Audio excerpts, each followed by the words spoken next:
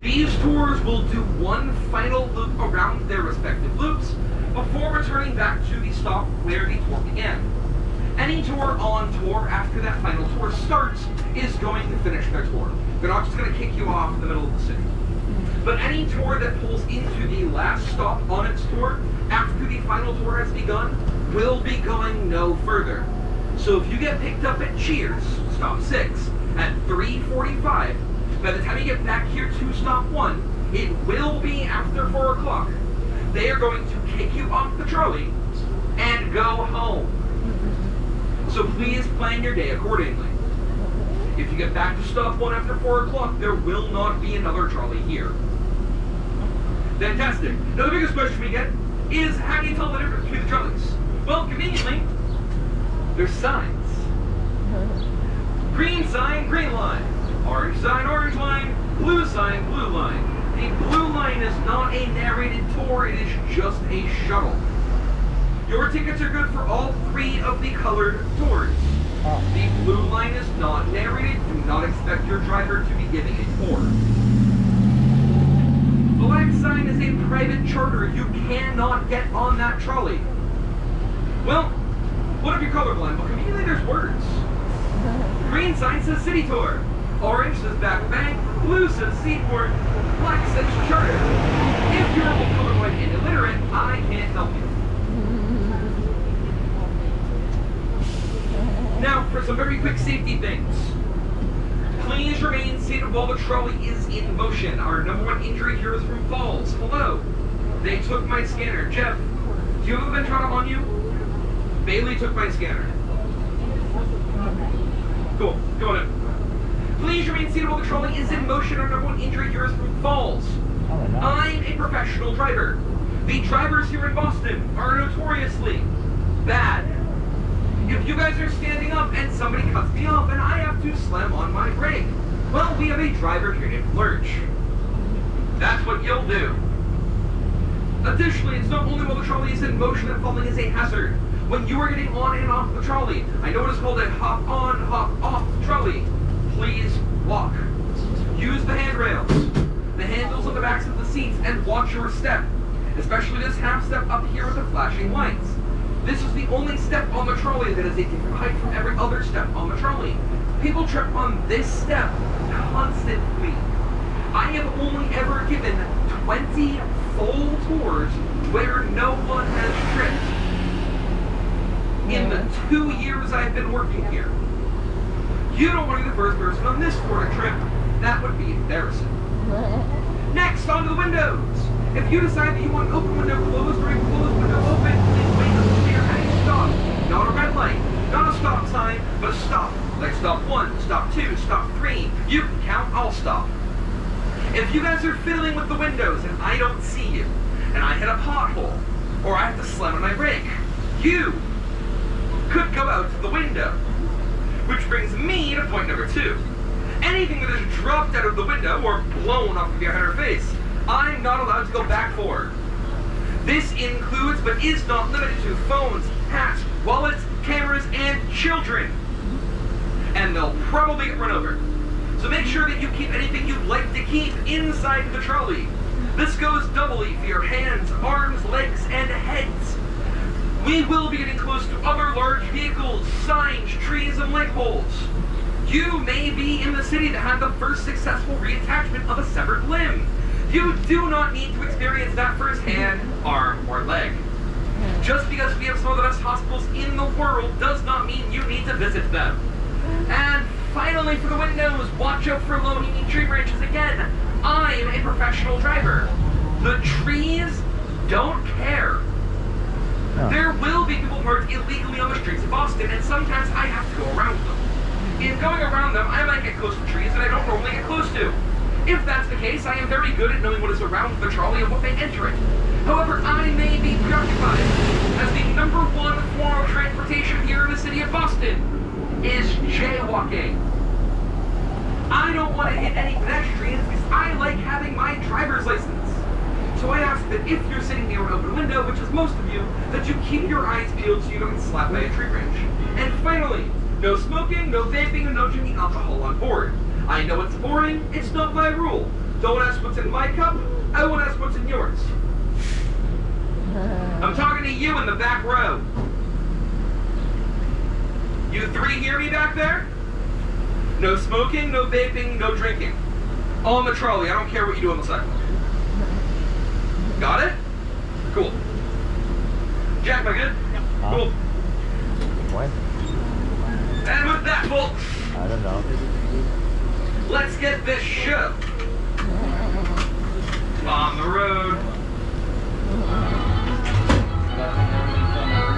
Clang, clang, clang with the trolley. Ding, ding, ding with the bell. Ding, ding, ding with my heartstrings from the moment I saw my bell. This is fun. Thank you, Judy Garland.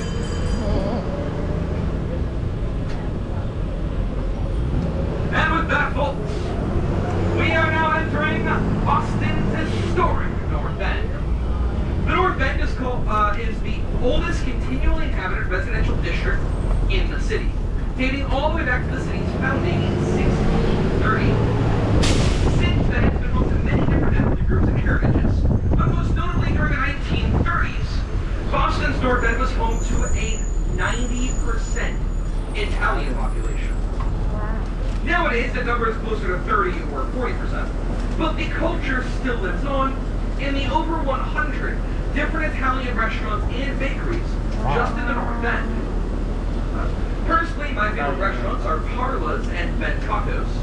They are both over on Hanover Street, which is the main street here on the North End, right alongside two of the most famous pastry shops in the city, Mike's Pastry and Modern Pastry.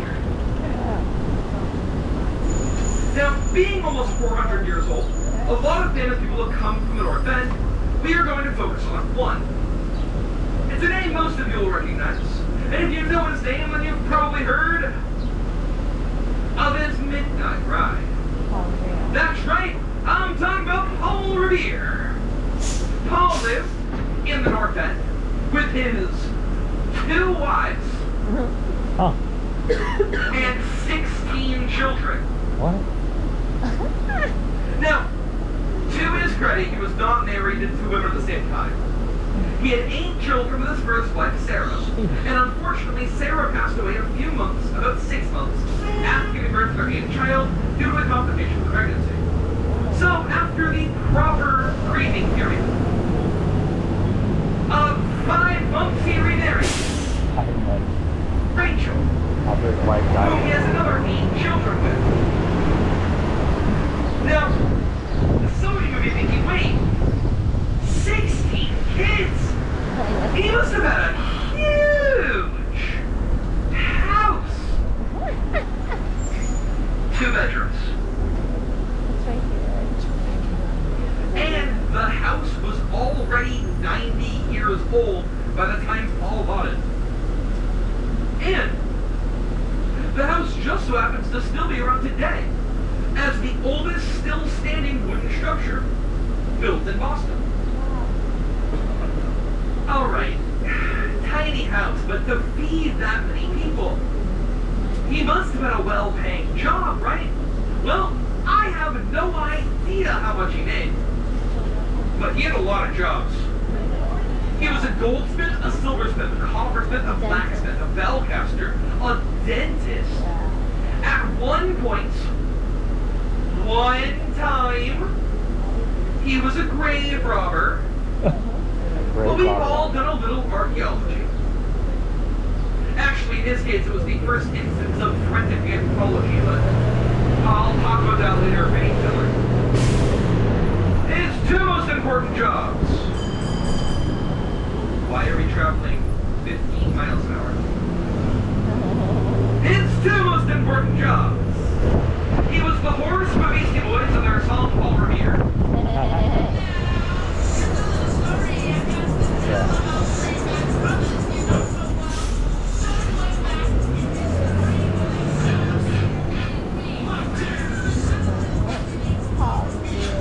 See, you have a little horse in it, Paul Revere. It's so much fun not knowing where you're going. But arguably, his most important job is that he was a courier for the Sons of Liberty. Those of you who know of Paul have probably heard the poem. Listen, my children, and you shall hear the midnight ride of Paul Revere. And in that poem, lanterns are hung to warn Paul where the British are coming from. Oh, what if by land, two if by sea. Well, the Charles River, but it starts with a C. And that's not even the only thing the poem gets wrong. Because the message was not to Paul Revere. It was from him. Oh. The night of Paul Revere's famous midnight ride, he leaves his house and makes his way down to the Old North Church. When he gets to the Old North Church, he finds his friend, Sexton Robert Newman. He asks the sexton to climb to the top of the 197-foot steeple of the Old North Church, which you can see on our left, rising above the brick buildings on this one-way street. Sexton Robert Newman climbs to the top of that steeple where he hangs the two lanterns to warn the Charlestown militia that the British are going to be crossing over the Charles River to march on to Lexington to arrest John Hancock and Samuel Adams, and then to march further on to Concord to seize the Concord militia's store of arms and ammunition. Now, I could do an entire tour solely dedicated to Sexton Robert Newman. He was an extremely interesting man who got into a lot of shenanigans during his life. Unfortunately, that's not what I've done my research, so I'm going to simply get his story. Sexton Robert Newman is buried at the top of the stairs on our left, in the second oldest burial ground in Boston, Copp's Hill Burial Ground. There was also an unrelated tombstone in there that reads, "Here lies a true son of liberty." British troops used for target practice while stationed in Boston. You can still go in and see the musket ball dings in the granite. With that, we're now pulling into our stop number 2. This will be the best place to go and explore the North End. Check out the Italian food, the restaurants, the bakeries, the delis. Yeah. As somebody who was raised half Italian, I have never once had a single bad meal in the entirety of the North End. Please watch your step on your way out. Or maybe you guys can hear from the history. Yep. In that case, Paul Revere's house, the Old North Church, Copp's Hill Burial Ground. Watch your step on your way out, guys. Have a wonderful day.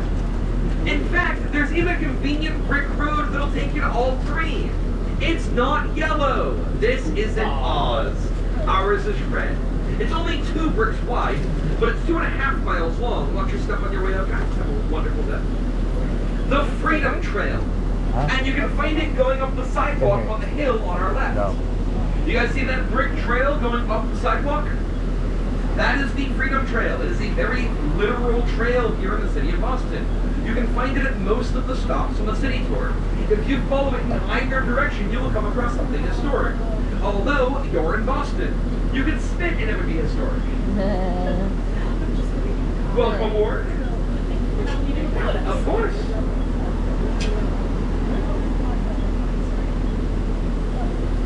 That looks correct. And it looks like it's a combination again. No worries. This is the correct tour, yes. No, that is Oh. City View. You are different. Indeed I I am. was like, these seats are kind of different. And I went on the top. Yep, so all of their trolleys look like that picture on the front there. Ah, okay, well that one right. You're in the right place, but I don't know what kind of schedule they're running on. Thank you.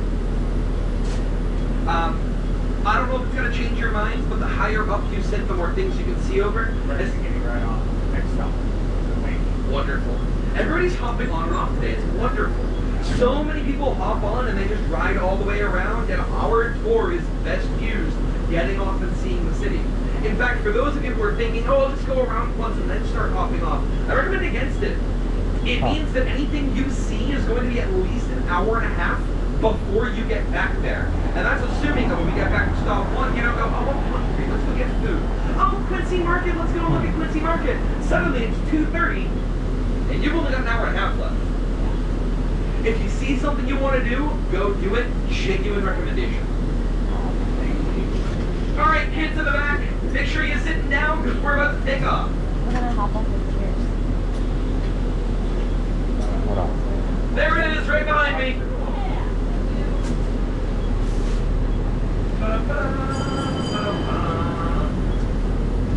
Alright, folks.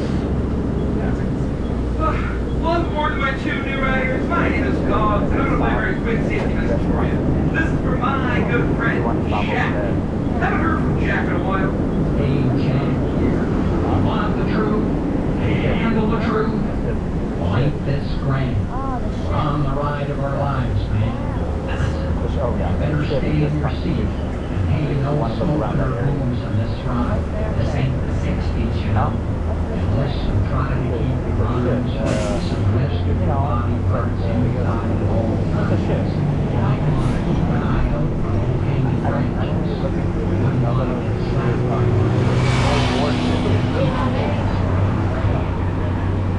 Thank you, Jack. And with that, folks, let's get back to Paul Revere. Because the night of Paul Revere's Dennis Midnight ride, his stories love to say he was riding through the streets shouting, "The British are coming! The Redcoats are coming! The Regulars are coming! The Lobsterbacks are coming!" Now, those are all things that they call the British troop, except the British. They were all British, but that's not the problem here. The problem here is the night of Paul Revere's Dennis Midnight ride, the city of Boston was under martial law. No one was allowed in or out, and there was a curfew in place. Had Paul been riding through the streets shouting, he would have been arrested. Paul was on a stealth mission. When he leaves the Old North Church, he heads to Boston shore where he acquires a small rowboat.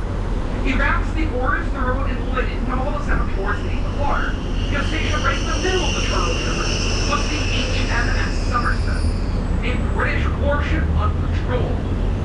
Clearly not doing a very good job because Paul rows right under her nose. Making his way over here to Charlestown on the other side, where he gets in contact with another of his friends, a man named Deacon Larkin. Deacon Larkin was the owner of the supposedly fastest horse in all the land, the Brown Beauty. And Paul actually borrows the Brown Beauty from Deacon Larkin from West Park right here ahead of us. In fact, they say that if you listen carefully, you can sometimes still hear the horse.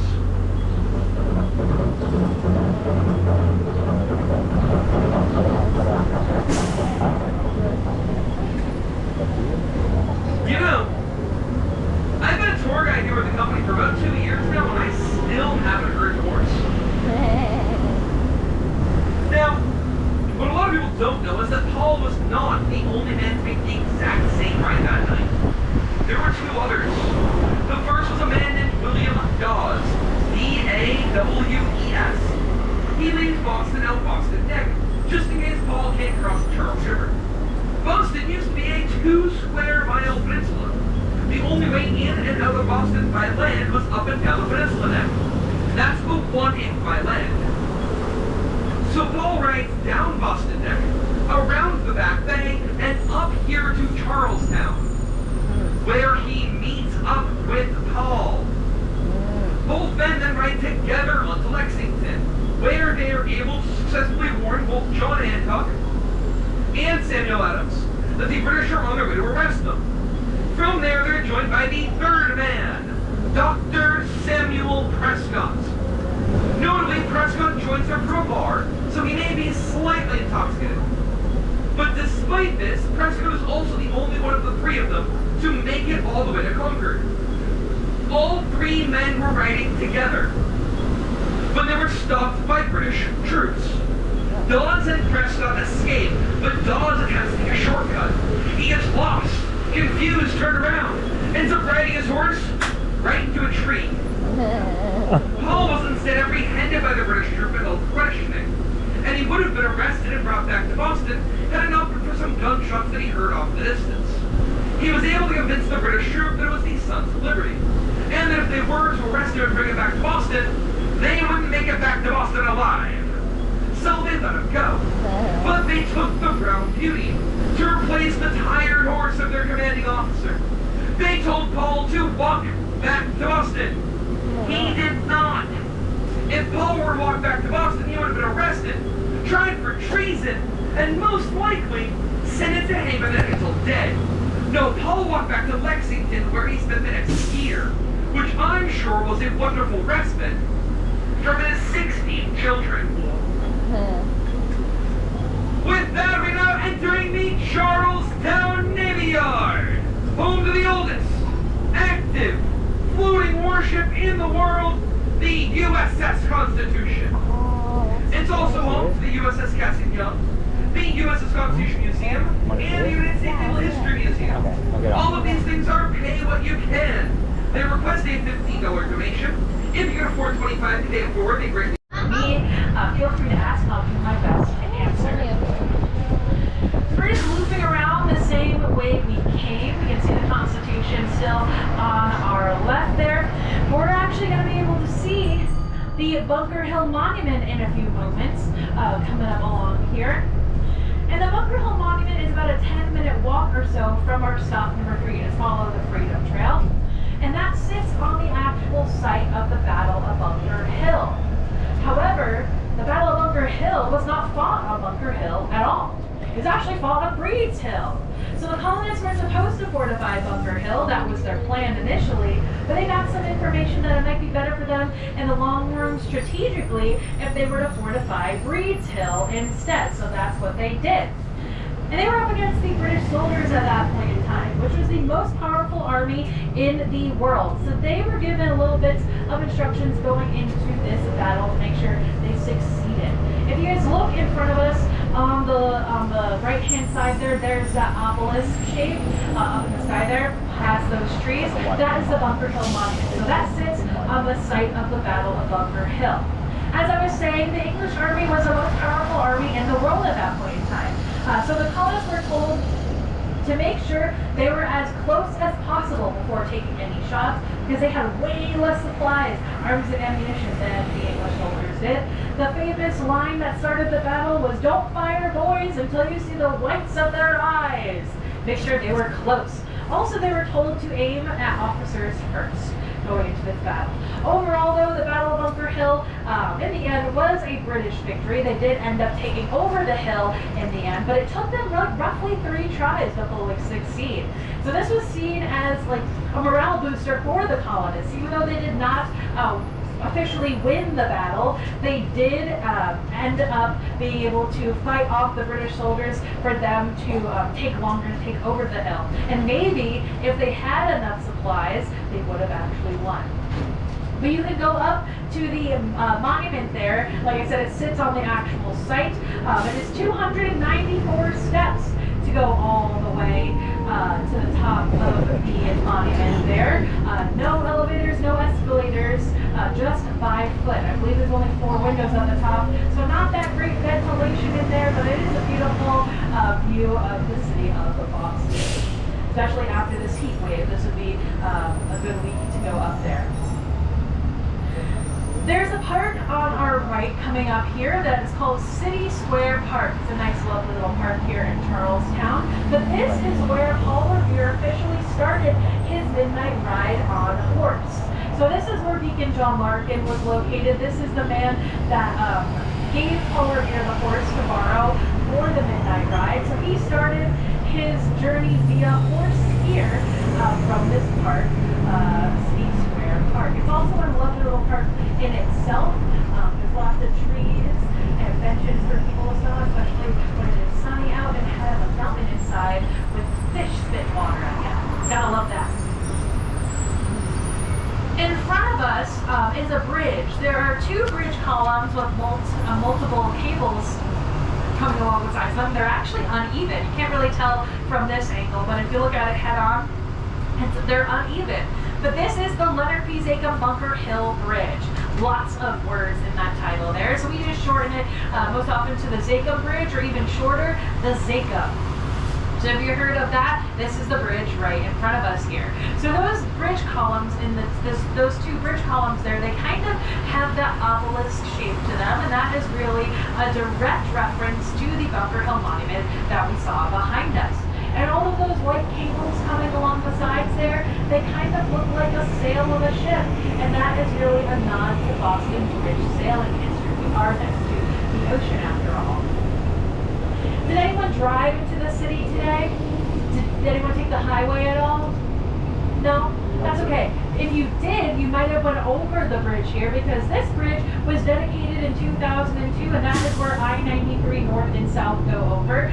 So this is considered the crown jewel of the Big Dig project. If anyone is familiar with the Big Dig that happened in the 90s, early 2000s, I'll get into it a little bit later. But that is where they took all of the above ground highway system and stuffed it underground. So over this bridge here, you'll go down into the tunnels underneath the city. That is a direct result from the Big Dig. So we'll get to see the London Museum of Bunker Hill Bridge, or the Museum, a little bit better as we take our left here. It'll be on the right-hand side. You'll be able to see it a little bit more clearly. There's also Polar Bear Park below us here on the right-hand side.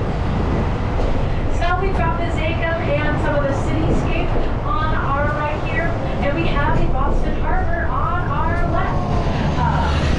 We can see TD Garden, which is our next stop. Going over the Bill Russell Bridge once again. But on the left-hand side, there is this multicolored windows on our left here. This is a school currently, but this is where a giant tank of molasses once was. If anyone's familiar with Boston's history with molasses, this is the location of that tank.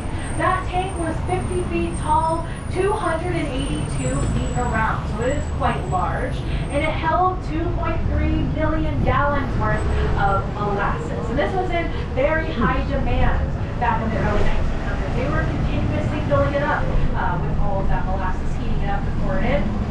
The company that owned this tank of molasses was using it as a sugar substitute to make industrial grade alcohol for the munitions industry. And unfortunately in 1919, it burst, sending a wave of molasses through the city of Boston. It took down the elevated highway systems we had here. It took down the buildings, and it unfortunately also drowned 21 people, as well as some horses and smaller animals. But this is the Great Molasses Flood here in Boston, or the Boston Molassacre. So we have just arrived at our stop number 4. If you look on the right-hand side, there is the Zakum Bridge. It kind of looks like a wishbone from this angle. And then in front of us is the Boston Bruin mascot, the bear. This is our stop number 4, TD Garden. Anyone heading out here? We're all hanging on? Hanging on. Sounds good. So our next stop is going to be stop number 5, which is Quincy Market and Faneuil Hall. That is our next stop. That's our stop number 5. We'll be moving right along here. We'll be able to see the Bruin a little bit better as we come along here. It is on our right. There is the bear. As I was saying, the TD Garden is home to the Boston Bruins, Boston Celtics, so hockey and basketball. Before this stadium was here, was the old Boston Garden. That was here until 1995, and this stadium opened in 1995. It's kind of a seamless transition between the two buildings here. You can also touch the other one if you reach outside the window, because they were built basically on top of each other. They're built very, very close together. Inside of TD Garden is where you'll also find the New England Sports Museum. So if you're interested in sports, New England sports in particular, you do get a discount with your old Town Trolley ticket inside of this museum. But one Bruins victory in particular that we hold near and dear to our hearts here in Boston is the 1970 Stanley Cup. And this is where Bobby Orr scored the winning goal against the St. Louis Blues. He was celebrating, jumping up in the air. Hooray! As one would. And he got tripped by a Blues player, sending him flying through the air to land on the ice. And it was caught in a picture, which is bad enough. We took that picture, made it into a statue, and if you guys look on the right-hand side of the trolley, there's Bobby Orr flying through the air, still to this very day. And that statue is called the Bull. Bobby Orr, 1970 Stanley Cup. But inside of TD Garden, if you're not into sports, that is okay. I'm not really either. But there are concerts that happen inside of the arena. I got to see Cher in 2019. She was awesome. But underneath TD Garden is where you'll find North Station. So North Station is a train station. So that is where you'll find different lines of the subway. There is the green and the orange line of the subway inside of North Station, if anyone has been taking the subway while you've been visiting here. As well as the purple commuter rail. The purple commuter rail and the Amtrak train. I don't know what this car is doing. That's okay. If you guys look on the right-hand side of the trolley here, this is one of my favorite buildings here in Boston. There is a giant face of a frog on this building. If you guys look, there are two eyes and a mouth. Got frog head looking down at us here. We're just passing by it. This is my favorite building. This is the Hurley building. If you see all of this texture on the side here, it looks like a pair of corduroy pants. It has that wavy texture there, like corduroy. This was all hand chiseled into the side of that building there. During the 70s, when this building was being constructed, they ran out of funding to fully finish it, so they just kind of called things a day and called it off. Made it as safe as possible. Sorry, that distracted me. That was coming towards us. They made it as safe as possible, but there are hallways and stairways inside of that building that just lead to nowhere. Kind of spooky. If you guys have $56 million in your pocket, get off the trolley, because why are you here? But you can go and purchase the Hurley building. 56. What is going on? 56. All these things seagulls are happening in front of us. Seagulls eating trash. $56 million for that Hurley building. It is on the market. It is for sale. So you guys should go and purchase the Hurley building if you've got that much money. I'll be a little bit jealous. I want to live there too. But we're getting close to our stop number 5, Quincy Market and Faneuil Hall. In front of us on the left-hand side is Boston Public Market. That is another food option here if you guys are looking for something to eat around here that is quick. But like unlike Quincy Market, there's a lot of seating inside of Boston Public Market. So if you wanted something to sit quick and you wanted to sit down, this would be a place that I would suggest you guys go. All of the vendors inside of Boston Public Market here are local to New England. So you will be supporting people directly from New England inside of Boston Public Market here in front of us on the left. There are also artisan vendors that are inside of this market here. So people selling prints that they've created. There's a farmer's market sometimes on the weekends. People have grown plants that are for sale. Lots of different stuff inside of Boston Public Market. So it's maybe like a less than 10-minute walk or so from our stop number 5 over down here to Boston Public Market. I highly recommend you guys check it out if you are interested in any capacity. But we're going to see in just a few moments here Blackstone Blocks. That will be also on our left, and that is named after the first European settler here on the Shawmut Peninsula that is Boston today. His name was Reverend William Blackstone. But here at Blackstone Block, it'll be after this building that's on our left. We're going to see 2 of the oldest continuously run establishments here in the United States. So the first one that we're going to see on our left here is the Bell and Hand Tavern from 1795. A few doors down is the Union Oyster House from 1826. And like I said, 2 of the oldest continuously run establishments in the U.S. Specifically with the Union Oyster House, it has only been run by a few families since it opened in the 1820s, and this was one of JFK's favorite places to dine, John F. Kennedy himself. Booth number 18 was his favorite, and you can still have a meal there today. There's a bunch of JFK stuff all around that booth there. The Union Oyster House. In just a few moments, again on the left, we got lots of things on the left coming up here, are two very historical buildings here in Boston. And I'm not talking about the Sephora that we're going to see in a few months here. I'm talking about the building next to it. That is Faneuil Hall. Faneuil Hall is a big brick building with that golden top on there.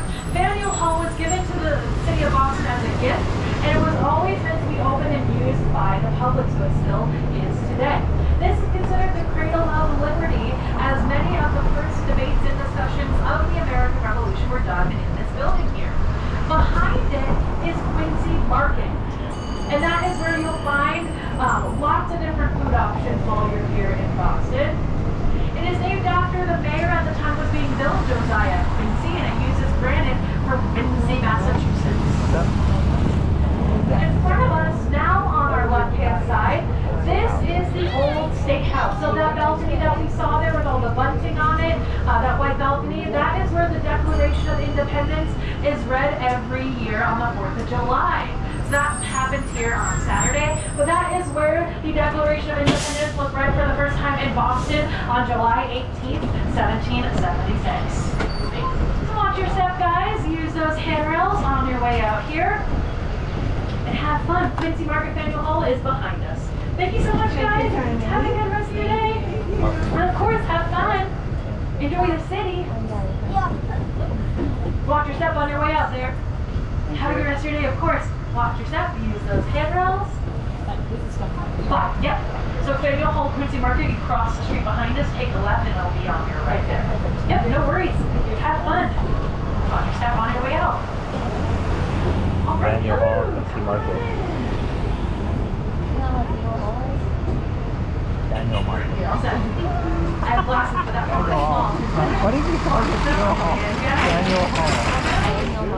Hello again. I Quincy don't know if you guys are all set. Come on in. Welcome.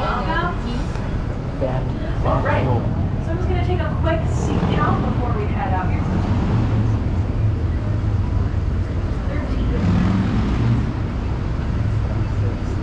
Cheers. Cheers.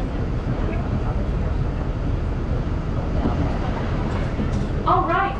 Welcome to our new friends here. My name is Shelly. I will be your conductor for this Green City tour. This is our stop number 5. Our next stop is going to be stop number 6, which is the Cheers Bar. That always gets that reaction, by the way. It's a treat. So just those safety announcements as we move along here. To remain seated while the trolley is in motion. Wait for me to come into a complete stop before you're going to stand up, move around, anything like that, and just watch your step, use those handrails. Make sure you keep everything inside the trolley at all times, and I will be narrating as much as possible here. Just outside conversation between neighbors are kept down to a courteous whisper and not taking any phone calls while the trolley, but of course, not hesitate to pass. So we're going to be taking a left on the Tremont Street once we get the green light here. If you look out the right-hand side of the trolley, between this stone building with the kettle on it and the glass building, that's exterior. Glass building on the left and a little kettle on the right. There is a big concrete building all the way down there. That is Boston City Hall. And it kind of sticks out from the rest of the architecture here. It is a giant concrete building. It's brutalist in architectural style. And this is often considered one of the ugliest buildings in the United States. People hate it. People hate how it looks. I feel like I am neutral about it. But if you feel some sort of way, that is okay. Because it is kind of a weird building to just be plopped in the middle of buildings from like the 1600s. We're going to be looping around here. Coming up on the left, we're going to see the oldest burial ground in Boston. On our left is King's Chapel Burial Ground. It started in 1630, so that is when the Puritans first arrived here in Boston. They needed a place to put their departed loved ones, so they decided to choose this spot here. It was not always this size, it was much bigger, but now we have city streets here and also King's Chapel. Chapel right next to it. So now it is quite small, but you'll find the oldest remaining headstone in downtown Boston here inside of King's Chapel Burial Ground from 1658 with a man named William Patty, that is his, as well as the first governor of the Massachusetts Bay Colony, John Winthrop, and some of his family members are buried there as well. Coming up on our right is going to be the Granary Burial Ground. Lots of founding fathers inside this burial ground. This first headstone on the right that we can see with those folks standing in front of it, that is Samuel Adams. There is a green plaque there for him. And on our left behind us was the Beantown Pub. And this is the only spot in the world where you can be sitting down drinking a cold Sam Adams and look across the street at a cold Sam Adams. Jokes upon jokes. But regardless, there are lots of founding fathers inside of the granary. So we got to see Samuel Adams there. Paul Revere is buried in the back of the granary. John Hancock has a really large monument on the left of the burial ground, as well as Benjamin Franklin's parents are buried there too. So there is a big obelisk in the center that says Franklin on it, and that is his parents. He's buried in Philadelphia, but he was born here in Boston. That was the fastest we've ever gotten through there. There's usually traffic there, so we didn't get to see the granary as well as possible. But these are both open to the public until sunset. So you can go in and visit both of them, take a peek inside of King's Chapel and the granary, and they're right next to each other, so you can get both in the same span of time. We're going to be heading up the right here. This is Park Street, so we're going to be going up Park Street on the right here. As we do so, we're going to see Boston Common on the left. So Boston Common was founded in 1634, so 4 years after Boston itself was founded.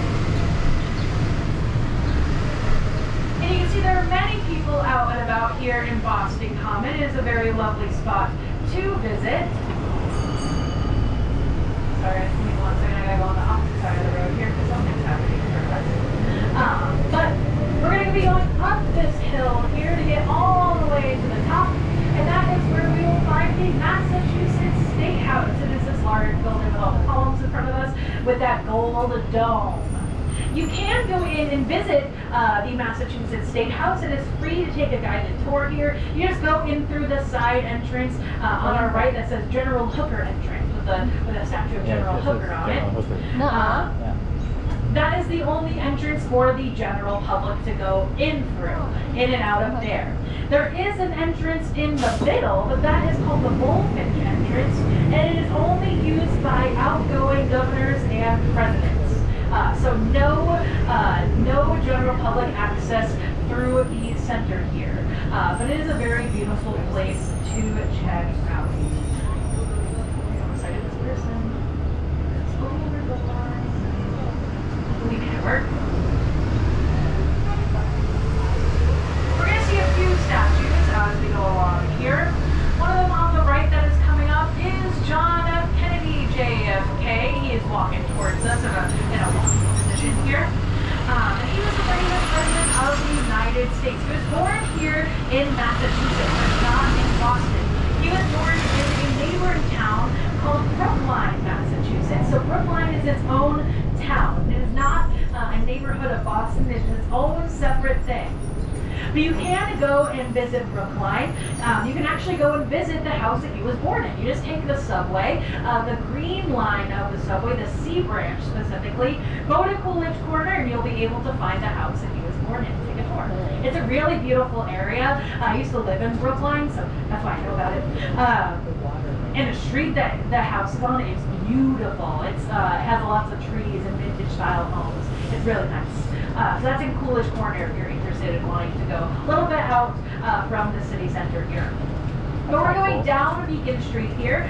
We've got the brownstones of mansions on our right-hand side and Boston Common on our left. If you guys are staying with me until after our stop number 7, we're just going to be going up the same way. We're going up the same area. We're going down right now. So we'll be able to see the opposite side on our way back up. But we've got the brownstones of mansions here. These are once single-family homes here on our right, but today some lucky students get to live here too. Lots of student dormitories here, so you'll see students in and out throughout the school year. I'm a little bit jealous, not gonna lie, because it is a beautiful area to live in and to walk around, but it is very expensive to live here.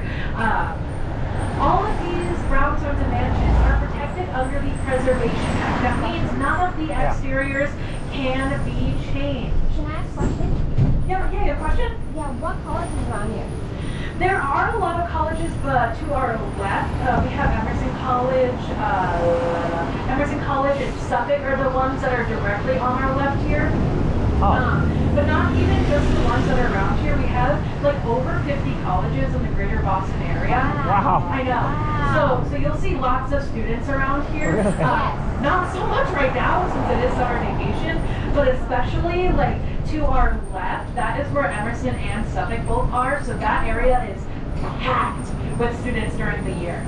And some of them get to live in these mansions here. Crazy. But yeah, over 50 colleges in the greater Boston area. If you go on the back bay tour, you'll see more, you'll see an area where a lot of other colleges are, like Berkeley College of Music, Boston Conservatory, Northeastern, Mass Arts, Wentworth Institute of Technology, and of course we got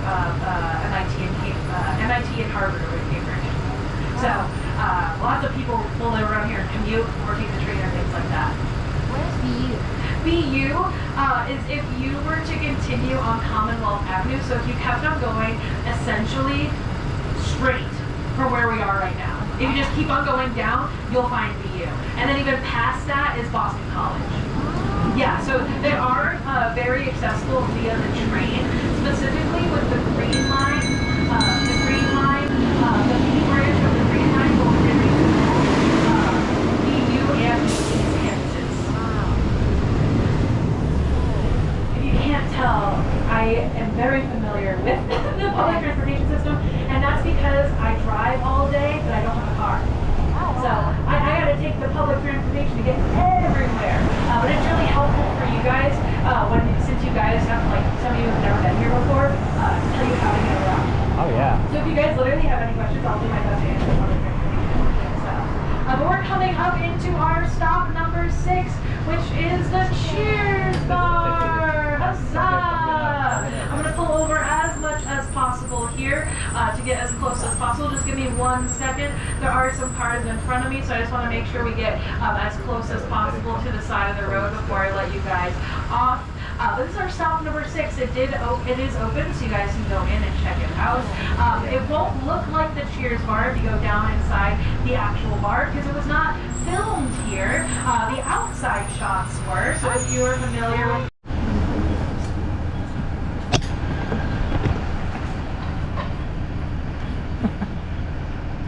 No. So can we catch one back? Yeah, this will be one. Normalize? So at 4 p.m., that's the last bus. We stop number 1 Oh. at 4 p.m. Then we stop Number 1 or number 2. But so they'll come all the way around to number 9, pick you up, and yeah.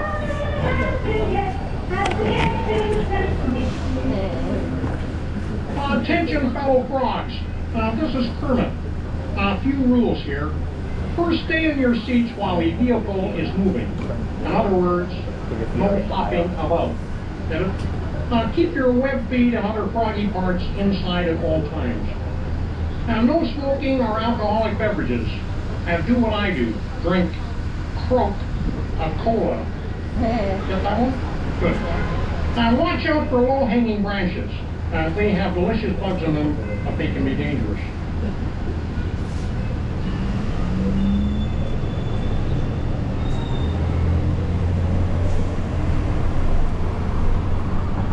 Welcome aboard. My name is Steddie. Those who just got on. Now off to our left, we got the Boston Public Garden. Inside there, there's the ponds, and there is the swan boat. Same family has been running the swan boats for over 100 years. But also, swan boats are famous. They've been in a lot of movies. Inside the Boston Garden is the Boston Botanical Garden, which is the oldest botanical garden in the United States. It has over 1,000 trees and bushes, over 50 different species, and they're marked.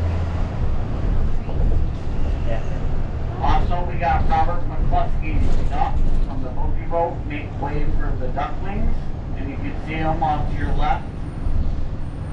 Right there by that tree and the people.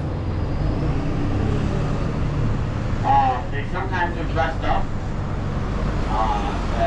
Last week they had cones on them because the Scots put cones on every statue's head, so they put little cones on them. Capes they put on them, baseball uniforms. Really fun when it's a group of people that do it for free and fun. Off to our right is the Boston Common. Got a carousel there for the kids. Oh, yeah.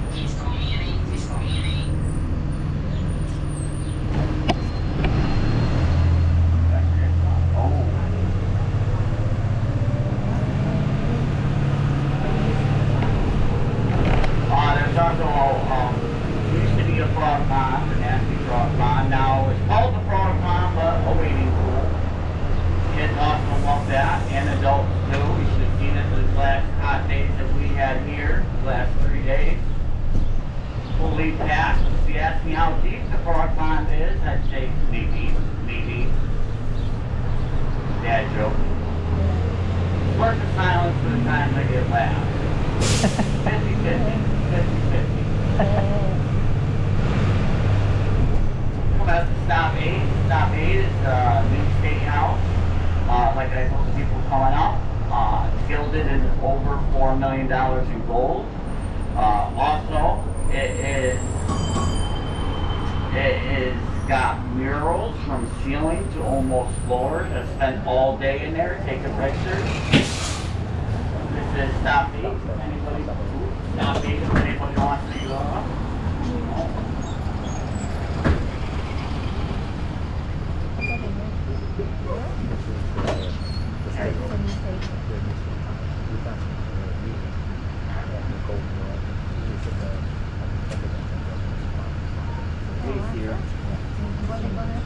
You're welcome. Mark yourself.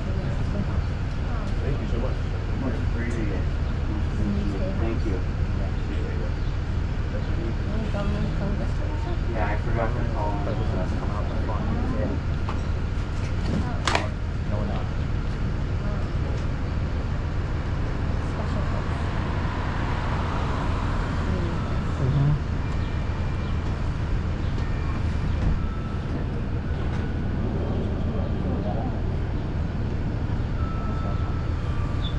The next one.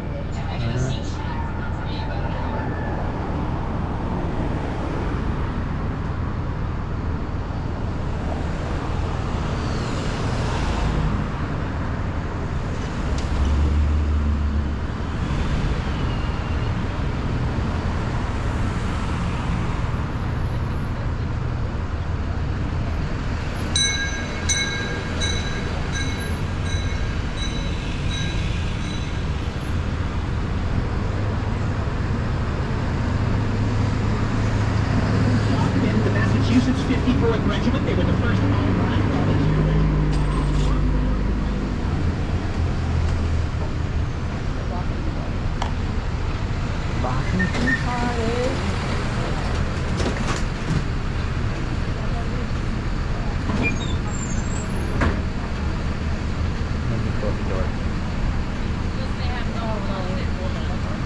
Now we're going to leave all these traffic.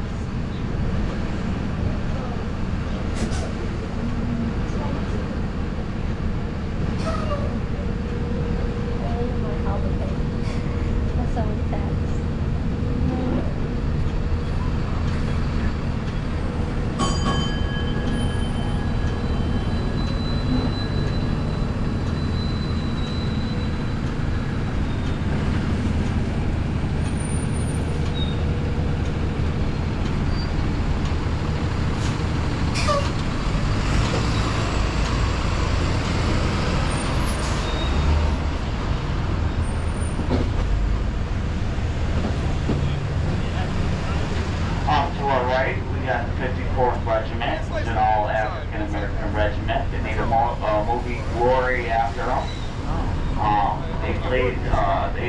They were serving in different states though.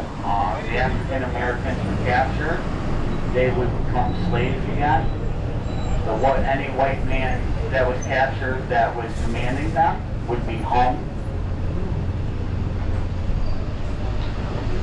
To our left, we got a statue of Mary Dyer. She was a Quaker. She got kicked out of Boston 3 times for preaching her Quakerism. Quakers preach. And on her 4th time, coming back into Boston, they hung her. The Puritans did. On our right is Boston Anthem. They have a book bound in human skin. Oh. Book. Yeah. What is down in the I don't know. That's good. That place.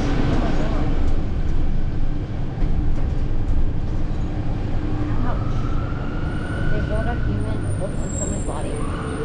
Right through the cover. Made of humans. Right in front of us, we got the Omni Parker House on the right side here. The Omni Parker House is the birthplace of the Boston Green Pie. Oh, Boston Cream Pie. Ah, you see? Boston Cream Pie. We haven't seen one yet though. Who has the Boston Cream Pie? They're one of them. I know that, yeah. It better be. Omni Parker House. Well, I'll see if Eddie we're gonna come back here either. Yeah. Is that the hotel? I have to ask my friends at another stop. I forgot where the best one is. I forgot the name of it. And I used to like Boston Green Pie. Also, the Omni Parker House is known for being haunted. Oh really? Yeah, like I even like you know, the Ghostbuster type shows. They've been there. Oh wow. Malcolm X busboy there at one point. Really? And John Wilkes Booth, 8 days before the assassination of Abraham Lincoln, had reservations here. Oh wow, is that old? What's it called? Omni Parker House. And of course, it has a burial ground on the left side and a burial ground on the right side. So, Oh wow, like, that's why it's haunted. yeah, absolutely. Like, when I went to the one on the left, which is King's Chapel, right off the bat, I felt something very heavy on me. I wasn't scared or nothing, but I felt like the air was thick and it was heavy on me. I'm not going there. Yeah, we're not going there. We can skip the King Boston Cream Pie. Okay. Another day. Off to your left is where the first school was, Boston Latin School. There was a statue of Benjamin Franklin. He went to the school, he did not graduate though. Then it was turned into the old city hall. JFK's great-grandfather was the mayor out of there. Now it's the Ruth Chris Steakhouse. Ruth Chris Steakhouse.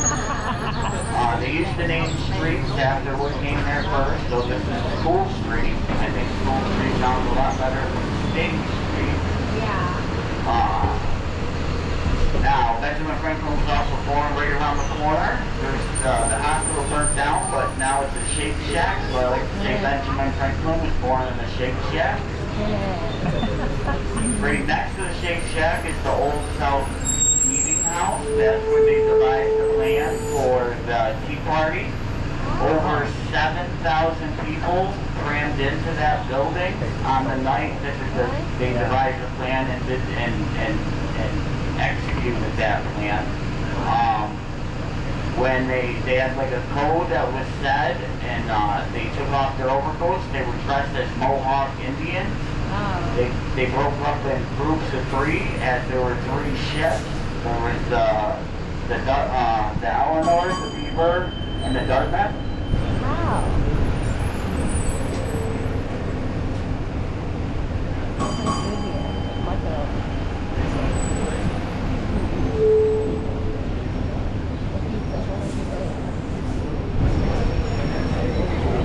But there's the Dartmouth, the Eleanor, and the Beaver.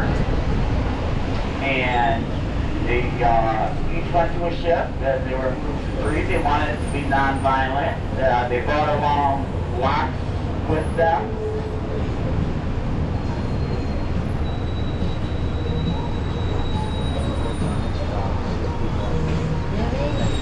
And And now there was 342 packages of tea. Tea was very condensed then. It was like heavy as cement, so they couldn't just throw it in the water. They had to break it up and toss it in the harbor. It took them all night. When they were done, they replaced the locks on it and they wrote a note. I could only imagine what it said. Like, sorry about the tea boys. We tossed it in a river. Maybe wrote a middle finger. I don't know.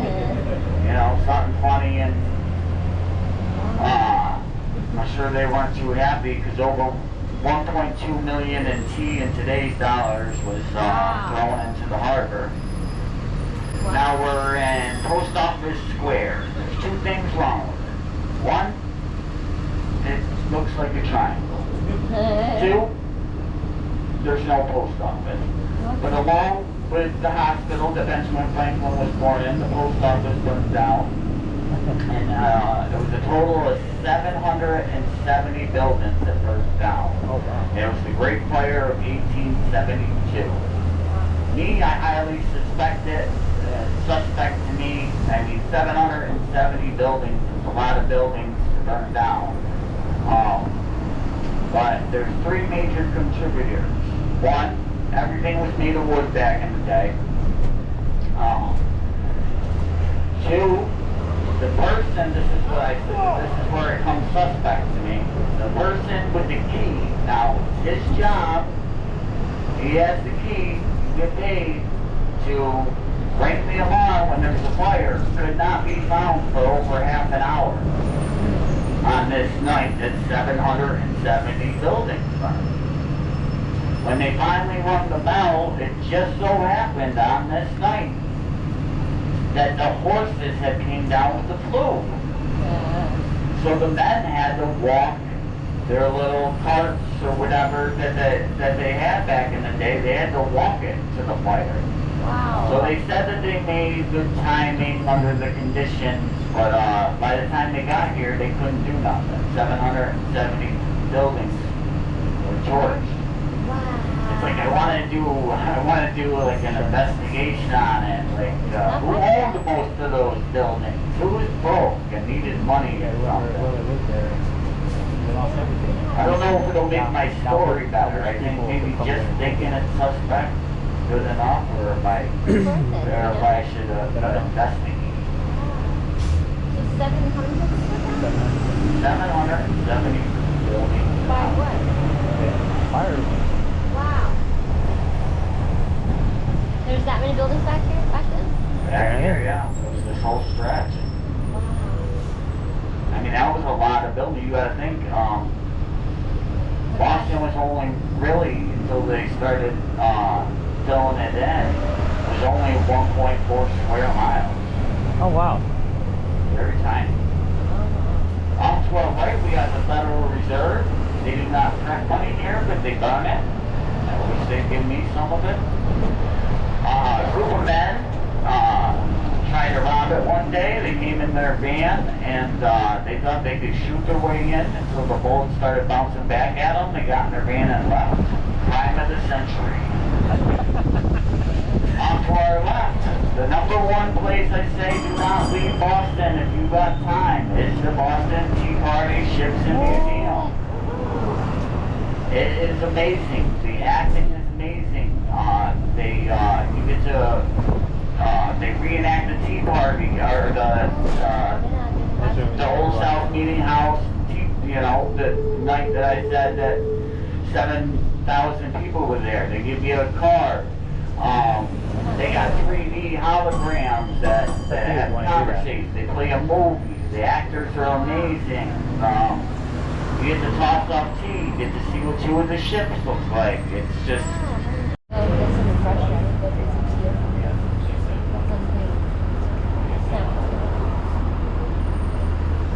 If you want to walk into the north end of the stuff one, if you're looking to just go see the floor of your house, well, I'll give you the exact direction, but you just kind of go around the corner from our stop and then go up Richmond Street. If you take a right on North Street, it'll bring you right to the floor of your house. If you stay another block or so, you'll be in that old fire station on the left is now a fire museum. It is privately owned by a couple of retired firemen. So it's hours are basically that if they're there, it's open. If they're not, it's not. And I don't see them there now. So. There, they didn't go. It's a fire station.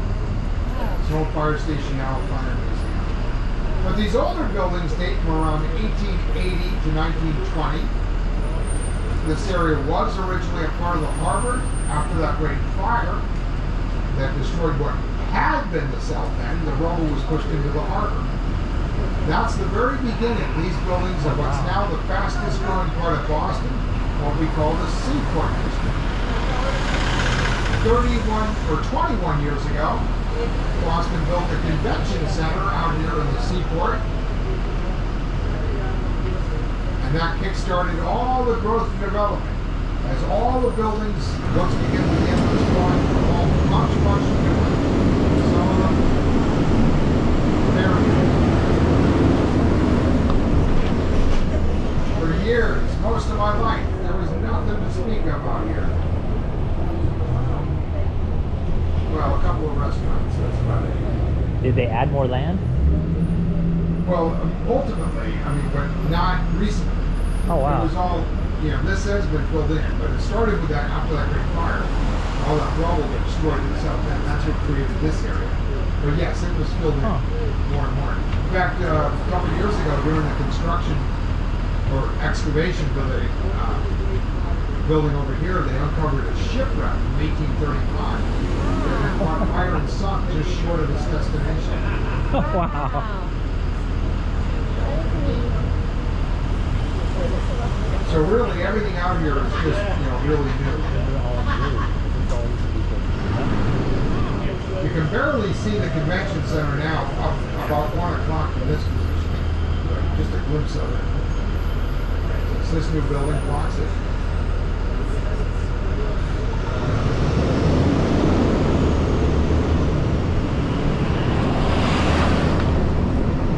Great concert facility out here in the harbor. Nice morning ocean breezes. Last summer I got kind of excited when I saw the marquee and said, "Tonight, bare naked ladies." I went all the way out there and found out it was just a band from Canada. It's not what I was expecting, but it was a good show. I'm there with you.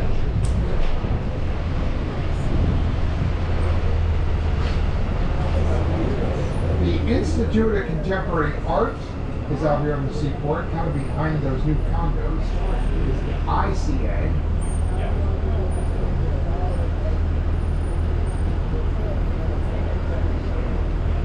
So blue today. Show her past. But it didn't rain. There is some contemporary art all along Seaport Boulevard here. These very colorful sculptures that are kind of very colorful, but a combination of man, animal, and mythology. I get the man and animal. I gotta be honest, I don't quite get where the mythology fits in. Like there's a squirrel holding a vase. Over here, it's just the whole series.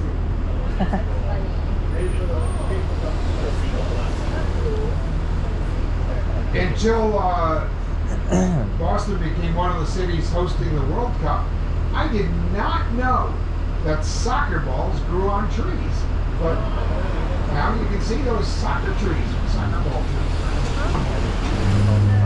Really? Well, the trees all decorated soccer balls.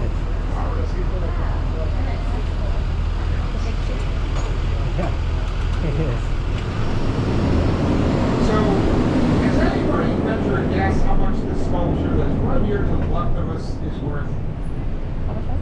10 million. 10 million. I'd say 2.5. 2.5.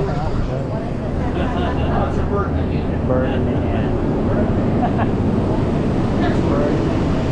The shopping center on the right, I thought sounded pretty big. 1.3 million square feet of shopping. Doing this tour one day, a little boy from Minnesota on board. I said this was big, and he just said, well, 1.3 million square feet, only 1/3 the size of the Mall of America. I was like, oh, pardon me, Mr. Smarty Pants. Oh, this is from Minnesota. Yeah, are you? Yeah. What are you, going to MIT next year? I know. So it's, yes, I think it has a name. Is it,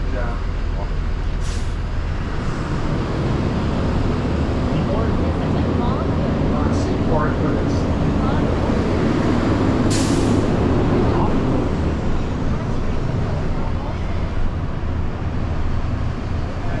Oh, I never know this is long. I know. It's huge. That's big. Shopping. It's 1 million square From the foot. common and you find all the fancy stores. Federal Courthouse is up to the right here. What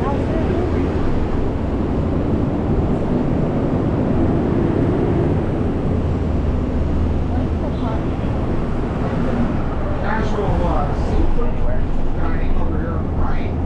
I understand the guy that owns this restaurant named it after his mother-in-law. Barbecue crab. What's it called? Restaurant called Barbecue Crab. Barbecue crab and that's his mother-in-law. Yeah.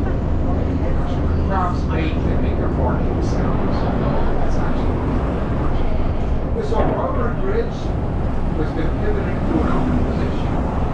But it was condemned years ago, and so they turned it open.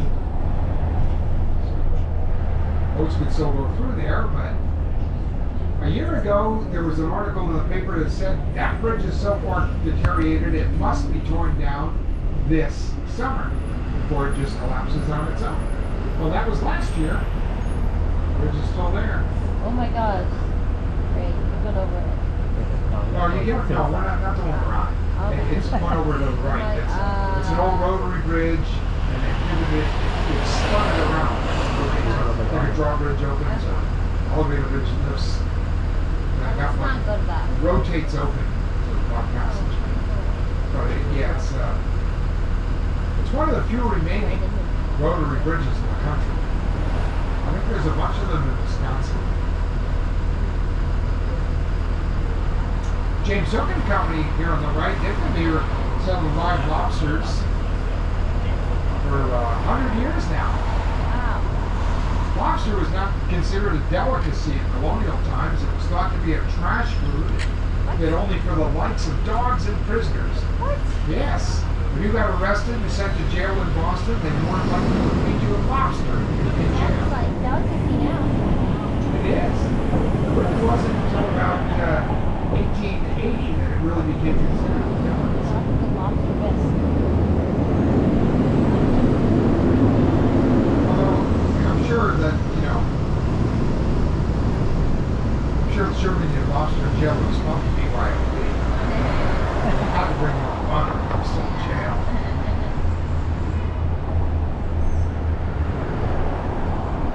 So this, on the left, is a beer garden here along the Rose Kennedy Greenway.